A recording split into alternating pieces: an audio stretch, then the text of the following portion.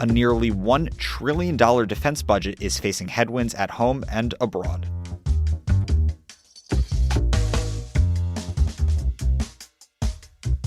Produced by Defense News and Military Times, this is the Early Bird Brief. Each morning, we bring you the defense and national security news of the day.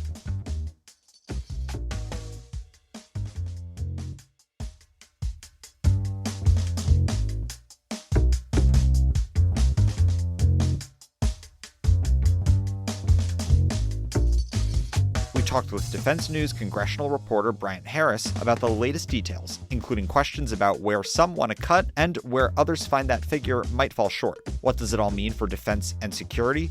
You'll find out. I'm your host, Jonathan Lehrfeld. Today's Monday, March 18th, 2024.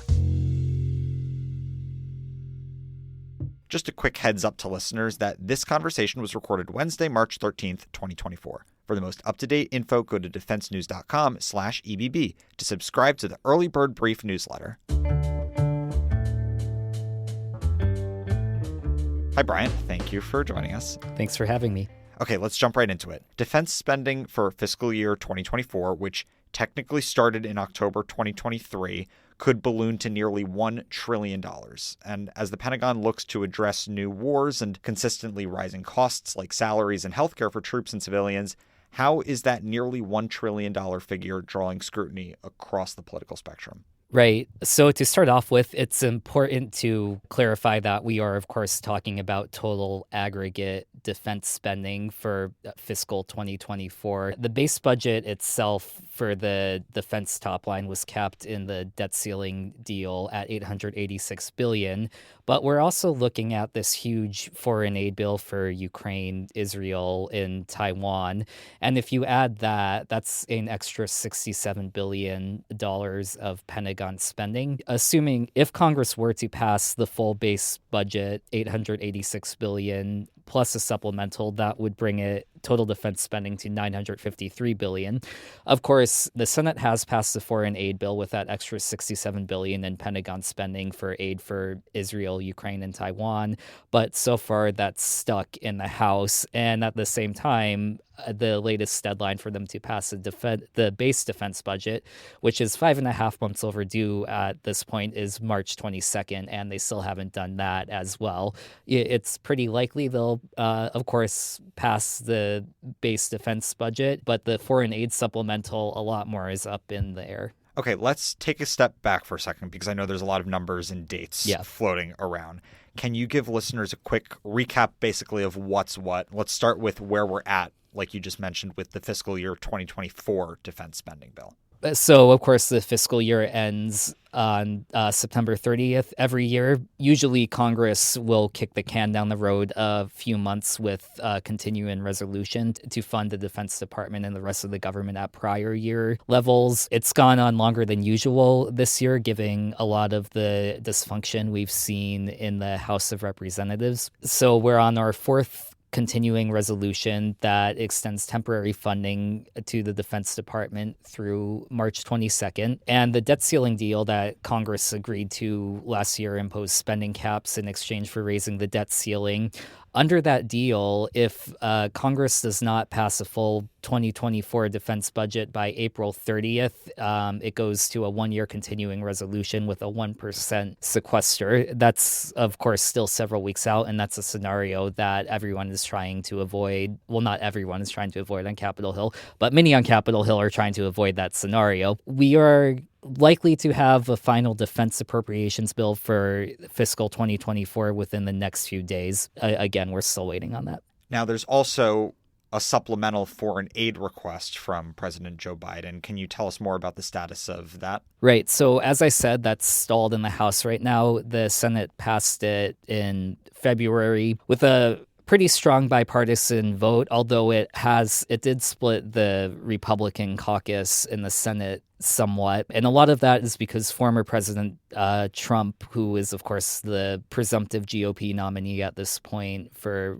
the presidential primary, has come out in opposition to the bill. He's saying it should be funded as loans instead of grants. So, you had lawmakers, traditional defense hawks like Lindsey Graham, who had initially supported Ukraine aid, vote against it. Nonetheless, after months of stalling, the Senate eventually did pass it.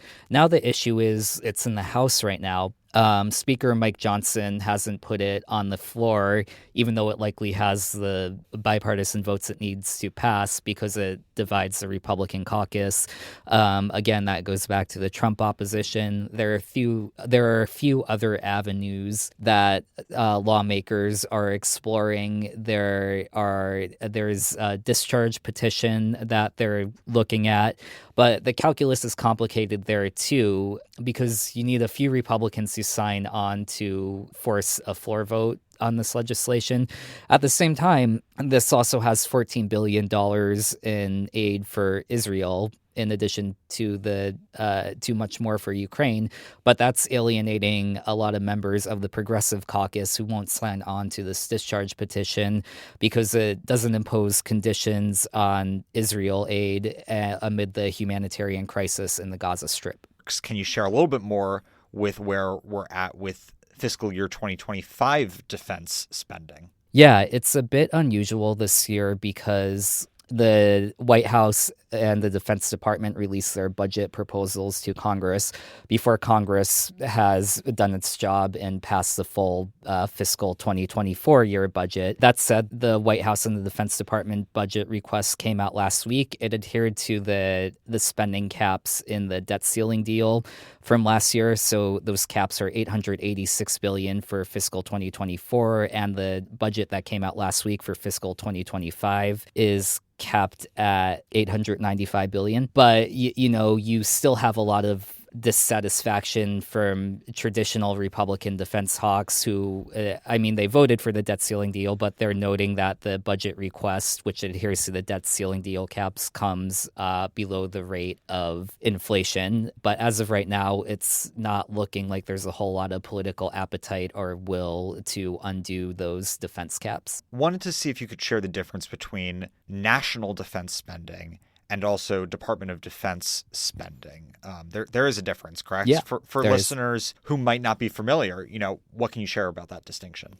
Right. So I was talking about the national security funding top line when I say defense top line, but the Defense Department share of that budget is $850 billion. And the extra $45 billion or so, the bulk of that is from the National Nuclear Security Administration at the Department of Energy, which is, of course, in charge of the country's nuclear arsenal. And then there are various other agencies that receive funding from this national security line item. So when we talk about the defense caps and the debt ceiling deal, it's the overall national security top line. And then the Defense Department funding is the bulk of that. Let's talk more about why some Republicans and progressive Democrats, among others, are saying that the nearly $1 trillion figure is just too large.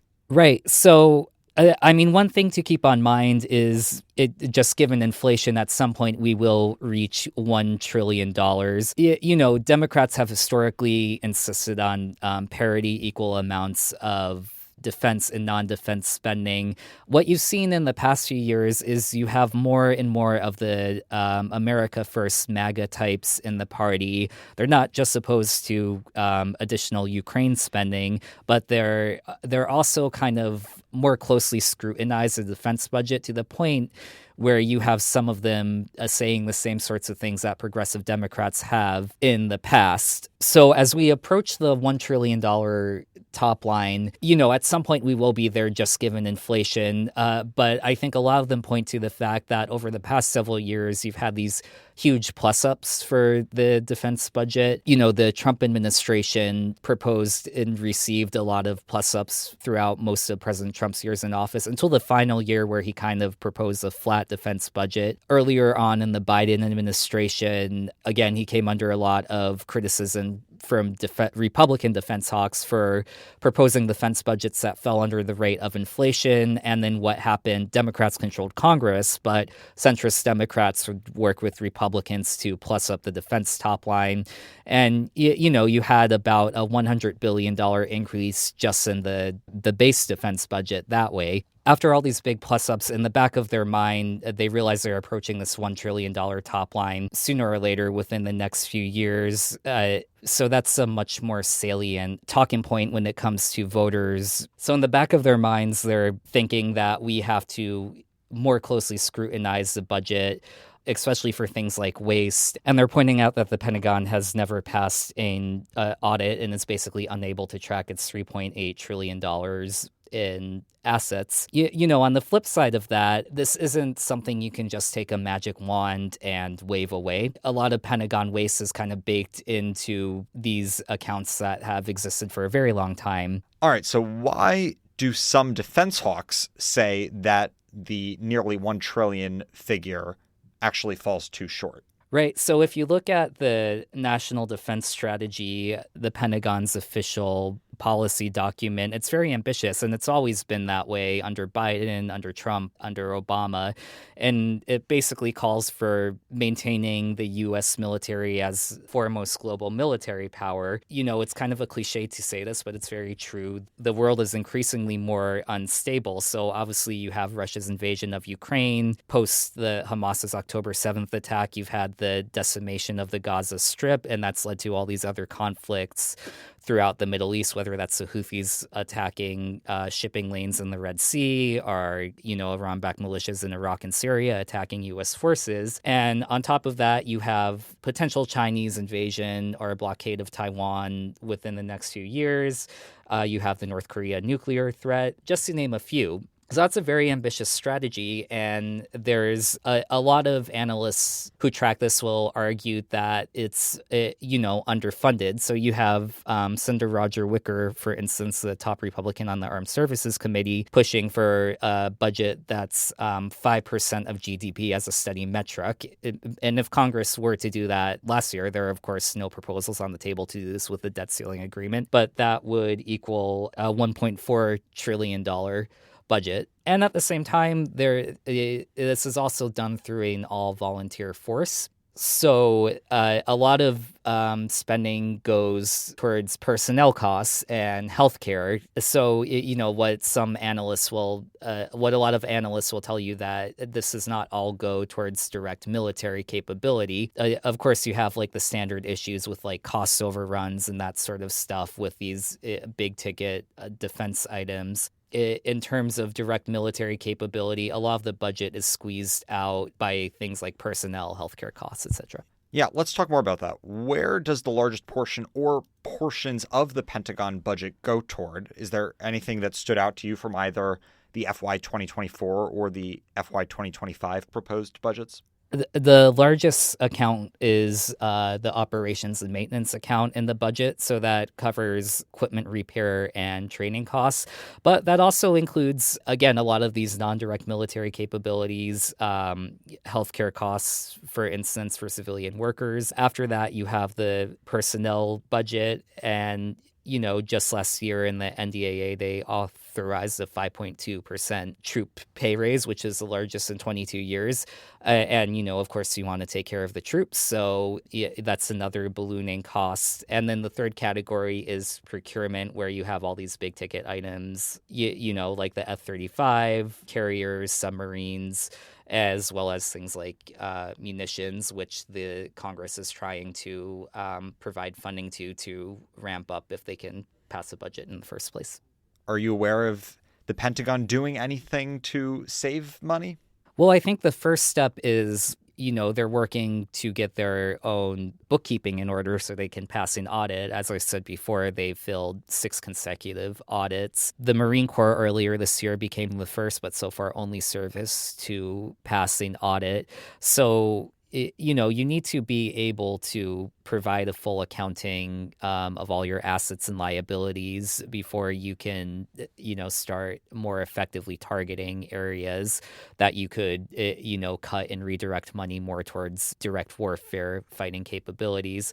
So, one interesting data point is there was a Government Accountability Office report last year that found the Defense Department doesn't fully collect and review data for survey service contracts, so like contractors doing things like administrative and technical support. And, their estimates ranged between 2017 and 2022. The DoD spent anywhere between $184 billion to $226 billion just on service contracts out of like an $800 billion something budget. A lot of those are performing integral functions at DoD, but if you don't even know the exact amount you're spending on something like service contracts, you can't really do a full analysis of where you could save money.